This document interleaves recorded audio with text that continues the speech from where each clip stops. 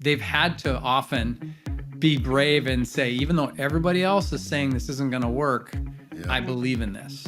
Yeah. And so you're right. That's necessary, but at some point you have to see through that and say, you know what, this time I have to listen to what I'm hearing. I have to do something different. Well, hi, everybody. Welcome to the Unscripted Reader. Today, we are very happy to have Pete Steggy on with us today. And for those who don't know, he's the best-selling author of the new book, Radical Clarity: How Accidental CEOs Unlock Meaning and Lead with Purpose and Accelerate Growth, right? Pete, really nice to have you on. Obviously, we know each other a little bit. So it's even better that we can talk about the things that we both have in common. So welcome to the show. Thanks for coming on. Thanks, Steve. It's great to be here. Like you said, we've talked so many times. It's fun to do it on the camera. Yeah, this is great. So Radical Clarity, we both talk a lot about leadership and, how we can lead with purpose and how we can lead with authenticity. Tell me a little bit about the thought behind your book and how you came to, putting together Radical Clarity. Well, I like to say I'm a rewired engineer. So I actually started as an electrical engineer a long time ago, and went through, after doing that for a few years and creating things, and which I really enjoyed, I found myself moving into the business side, marketing, sales, operations throughout my career. And I realized I've kind of learned from that. It's a very different kind of a role than, a very technical role. And then when I started my own business 5 years ago, I started working with B2B tech CEOs to help them grow their business. And what I found they almost all had in common was they were what I call these accidental CEOs. And that means they were a tech expert, and it might be domain expertise. It doesn't have to be, engineering, but they were really good at this thing. And then, they were so good at it, they found themselves either leading a business or starting a business, and because they wanted their thing to get out in the world. Sure. And they wake up one day and they're a CEO, and oh my God, I don't know how to do this. And so I've been realizing that that's really the problem that I solve. And so this book is a culmination of what I've learned in my career, what I've learned as an accidental CEO myself, and what I've learned in working with these CEOs that struggle with this. So the book is about how to grow your business if you're an accidental CEO. Sure. And, we both end up working with folks in the same sphere. So I encounter this very often, right? You have a founder or some sort of leader that has grown the business beyond their own capacity, beyond their own expertise, or certainly beyond their own time. And the challenges they face, encompass everything in their business. What do you think are the top ones that these kinds of leaders that, accidentally or, grew beyond their initial, expertise? What do you think are those top challenges that they're facing? Well, the one that comes to mind first, Steve, is they're trying to do too much.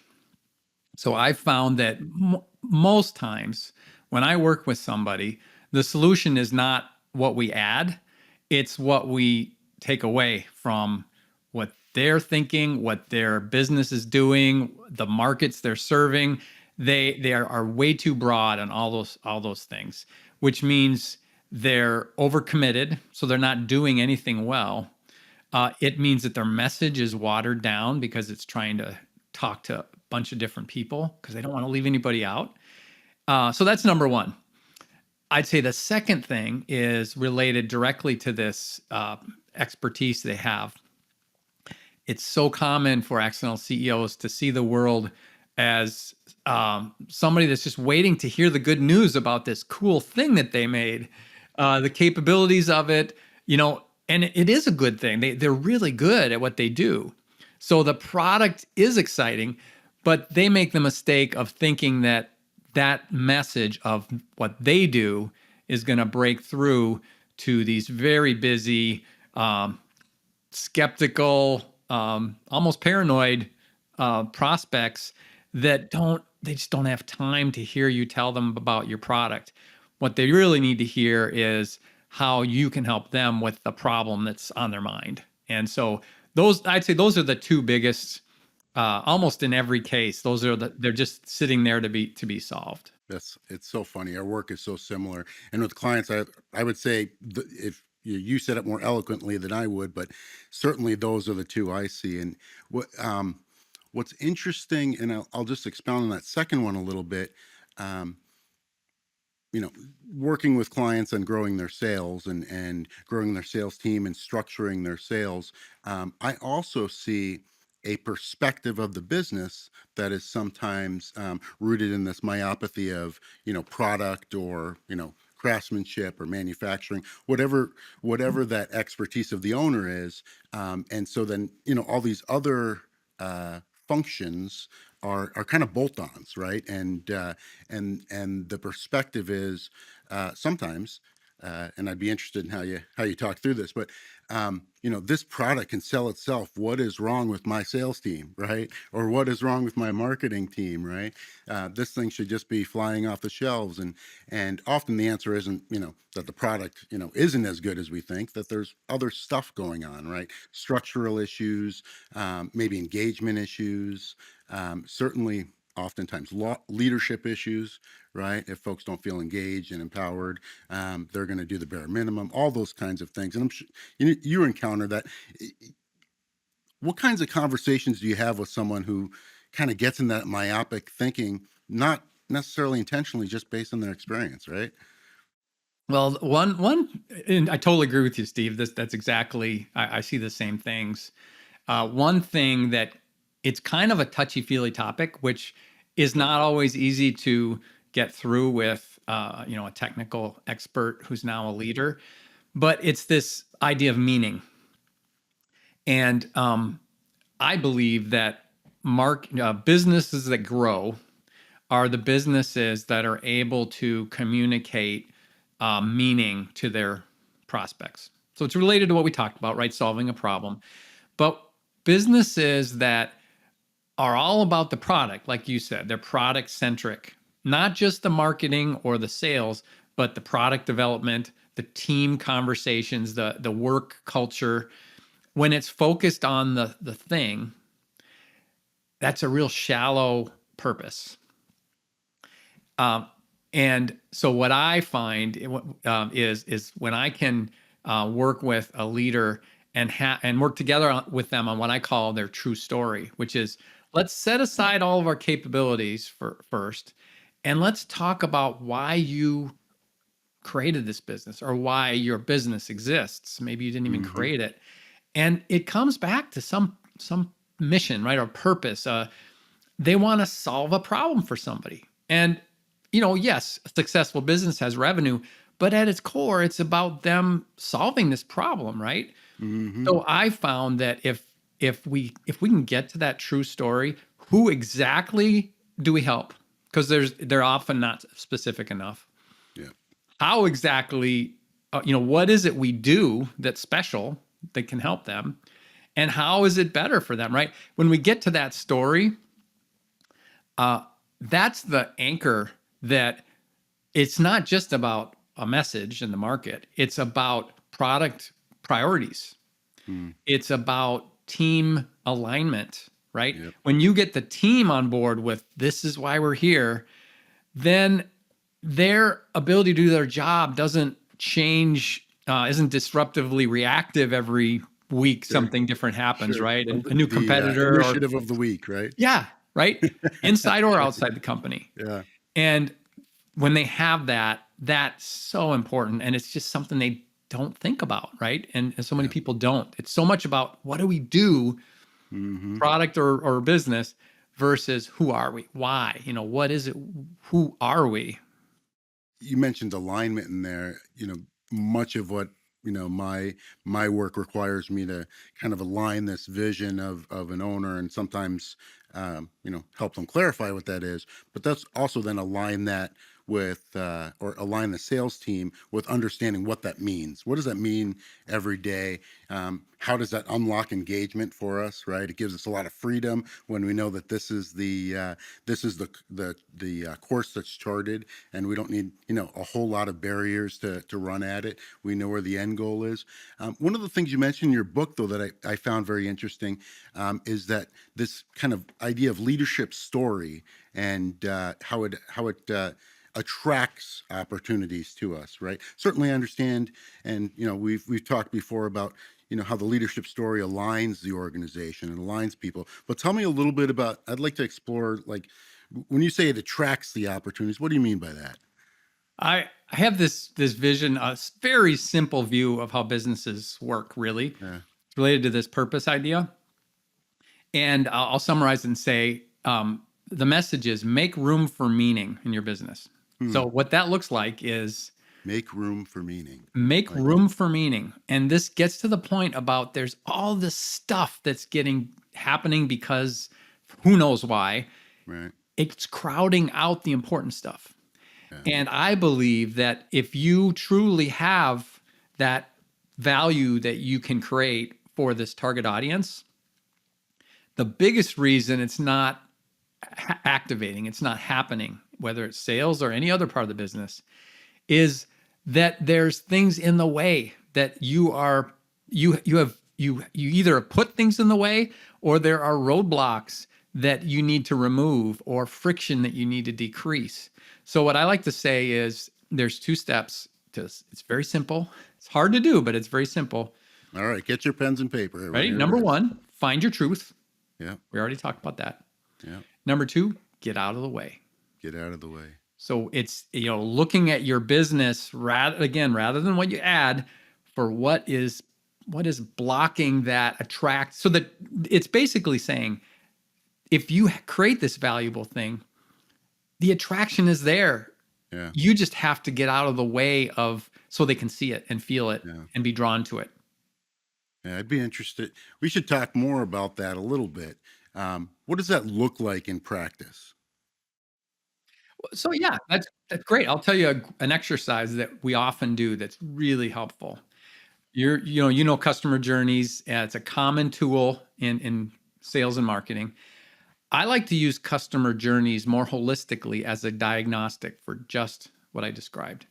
So what we do is we get together with the leaders in a room, right? And we know who we're targeting. So we picture them.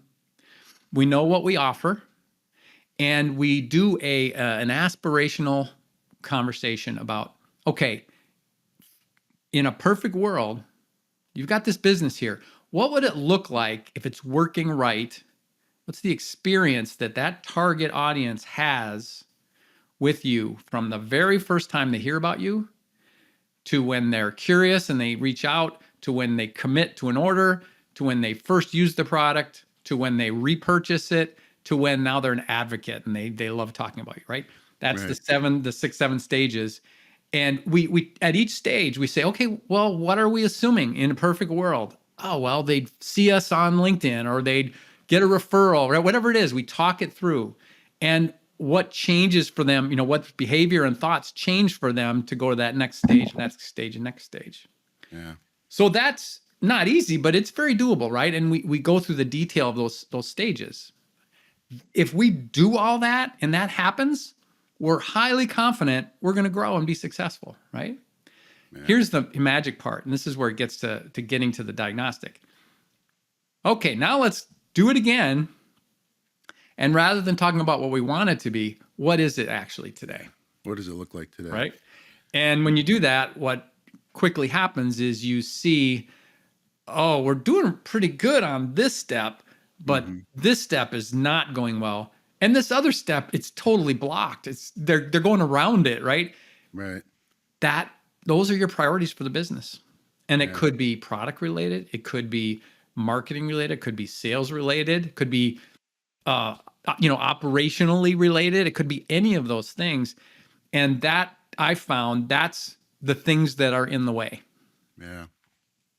So, here's a natural, logical journey that somebody's gonna, walk through with us to become a delight repeated customer. And here's the things that we're getting in the way and preventing that from happening smoothly. Yes. So I talk about operational and client friction, right? And so it sounds kind of similar to that, right? There Let's you go. remove Friction. that friction, right? Same thing. I like it. Yeah, that makes good sense. And then you had talked a little bit about, and I'd like to talk a little more about it. Um, this leadership story, right? And I think that's the term that I saw in the book. This leadership story, a lot of my work is around authentic leadership and how do we lead with authenticity, right? We have, many of my clients, want some help in how they can better lead their organization, yet they bump up against, well, this isn't really me, right? This isn't Mm, me. And we're talking about tactics and actions, as opposed to taking the step back and talking about, well, who are we really? Because if we yeah. know who we are, this conversation is pretty easy, right? Yes. If we value being honest and upfront with people, we don't have to think as much about that conversation, right? But you mentioned purpose driven, right? Mhm. And this idea of purpose driven. How do you define, purpose driven? What does that mean? It sounds like it's similar to authenticity, but I'd love to hear kind of your definition and your thoughts. Yeah. I believe that business CEOs that tap into the power of this meaning go through kind of a three-step dance, if you will. Uh, Clarity, meaning, purpose. So clarity, we've kind of talked about. It's the idea that you if you don't slow down and turn down the volume in your business and take time to be quiet, that you can't uncover that truth, the true story, the leadership story, and you need that. So clarity leads to meaning, right? If you simplify and clear out things, you find that meaning, you uncover it. But meaning by itself is not going to drive your business. You need to, first of all, share that with your team. So it's shared meaning. So you're all on the same page. You're all going the same way. So there's leadership there. And then to get to purpose, you need to activate it, right? You need to turn it into initiatives and priorities and outcomes that because you have that shared meaning with your team, that then can it's not hard to get people to rally around that. And better yet, as you grow and you have a lot more than the 5 employees maybe that you started with, and you can't be in the room with everybody, they they've got it inside so that they can, you're speaking to them even when you're not in the room because you've put this purpose in place. So it really gets back to this idea that leadership, and even in $100 million organization with hundreds of employees, if it doesn't every day, really, the CEO doesn't refer or just rhyme with the purpose, the reason we're here, and it's simple. Mm-hmm. It's probably, when I've been successful, and we usually find these 3 words, 2, 3, or 5 words, Mm-hmm. that when we uncover them, everybody in the team goes, "Oh, that's it. That's what we do." And it's clear Mm-hmm. and it's intuitive. And then they can use those same words with their prospects. And I'm not saying it's a tagline, right? That's a meaning that you Yep. translate into all the Yep. tools you need. But it's a simple truth that provides the anchor for the leadership that scales with the business and allows. Yeah. And I also wanted to mention, you mentioned about the CEOs sometimes being uncomfortable. Um, I can't be this leader. Yeah. And I think that's very similar to how we said their gut reaction for product or for messaging is to talk about what they do. Mm-hmm. The good news is they don't have to be a certain type of a person. They don't have to be a certain charismatic anything. They can be who they are, Yep. authentic. The key is it's not about them. It's about this purpose for the business. Yeah. And they're just the delivery of that, right? The authentic person they are can do that. They don't have to pretend to be somebody they're not. Yeah. And you know we're so similar minded with this. And the trick is um, often for me is helping them understand we're going to communicate because this is passionate. This is something that we're passionate about, right? Yes. What we know It's that, real. It's real yeah, stuff. it's real, right? We know that we've hit the right, message, right? The right vision, the right thing that engages our people when you're passionate about it, right? What are you passionate about Yes. that can engage others? And and it's always okay if it doesn't engage everyone, right? And it's okay that not everybody, either on the staff or as you mentioned earlier, client wise, it's okay if not every potential client or every potential employee or even our current staff is engaged, and that's the bus they want to hop on. That's Yep. okay. It Yep. means some potential decision points later down the road, um, but it's your business, right? Yeah. And what are you passionate about, and how can we link that? And I often talk about linking, right? How do we link this and engage the rest of the staff? And it's fun, and I know you've seen this 100 times, but when the light bulb goes off, right? When we Yeah. have a good conversation with a small team, and all of a sudden people are like, got it, and they're energized and they're excited. It's like, oh well, why didn't you say so, almost, right? Yeah. And it finally clicks with them, and then I have that conversation with them after, and it clicks, it clicks with the owner as well. And that's just awesome, right? And That's my favorite part of this whole thing. that's why we do it, right? Yeah. We both got into this to help folks, right? And Yeah. what benefits and what opportunities have been presented to us, being able to pass those on. And I think if I can share, right? I know, I think you and I have talked about this, but um, business owners have a real challenge, right? I mean, it is an emotional game, right? Especially the small and medium-sized business owners, where they're still growing, they're trying to figure out how to scale, they're doing 3 or 4 or 5 or 6 jobs, right? And they're working long hours, and that spills into everything they do, right? When they go home at night, they're I don't care how long they've been doing it, how great they are. They're thinking about it, right? They're thinking about that problem that came up today, or that problem they're trying to figure out this month. And so when things aren't going great, or they're encountering a challenge that's frustrating, that encompasses their whole life. And what a um, for me, what a blessed opportunity to be able to help impart some sort of support to folks that are struggling through that. And they don't need to, right? That's the fun part. They don't need to. Um, yeah, and that leads me to the founder-led everything doesn't scale, right? Um, how do you have the conversation with what I'll call, and I'm sure you've had clients like this, and folks ask you questions. Um, they want it, but they're reluctant, they're resistant. Hey, I don't want to lose control of my culture. I don't want to, I don't want to be too soft, or I don't want to lose control of management in my organization, and that's why I have to be in every single meeting every day. All those things, those crazy things they tell us. How do you get somebody by that, through that? That's a good question, Steve. I found that uh, it only happens when they have been bumping their head against a brick wall for long enough, where they know they have to do something different.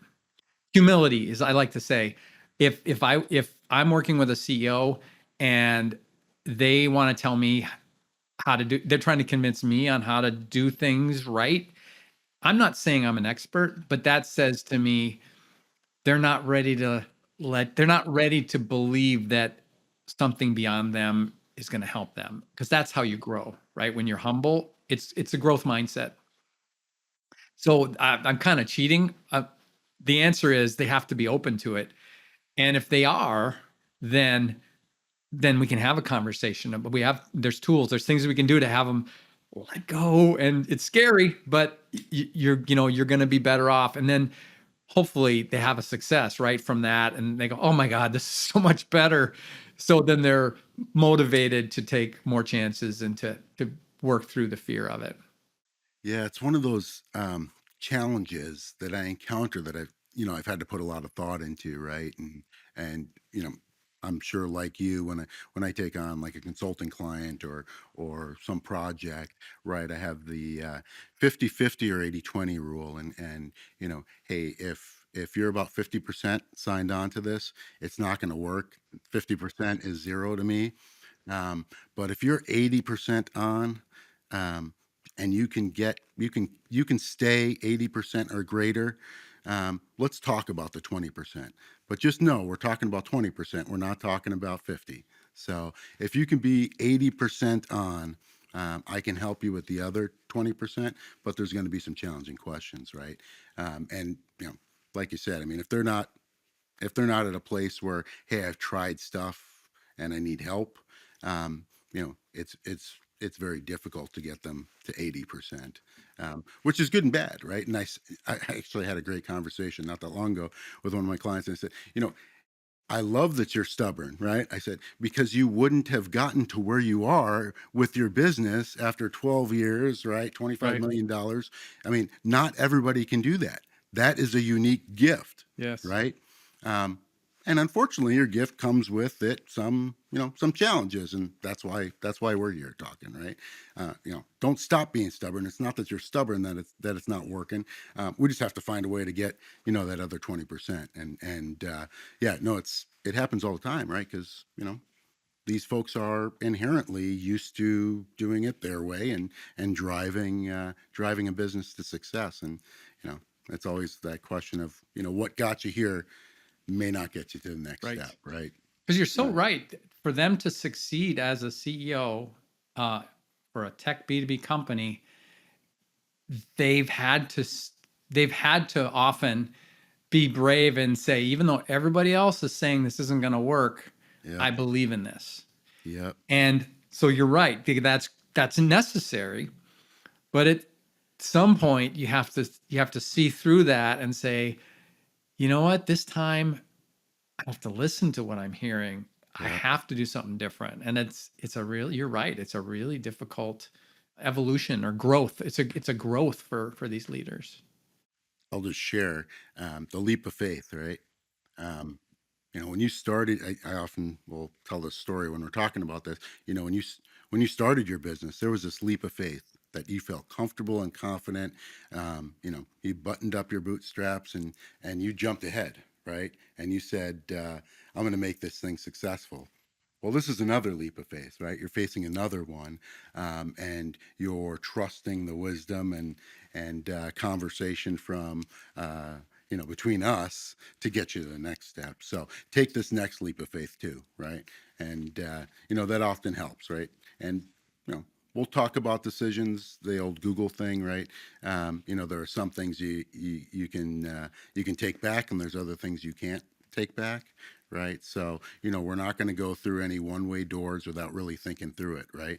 So, one-way door being, you can't take it back, right? But a two-way door, hey, look, I may give you new ideas to try, and the good news is, if they don't work, we can take a step back, right? This isn't forever. This isn't a permanent thing, and getting them through that, much of our job, right, Pete, and with your book too, it's about a little bit of therapy and coaching and Yep. getting through that emotional baggage and that emotional wall that sometimes they're facing, right?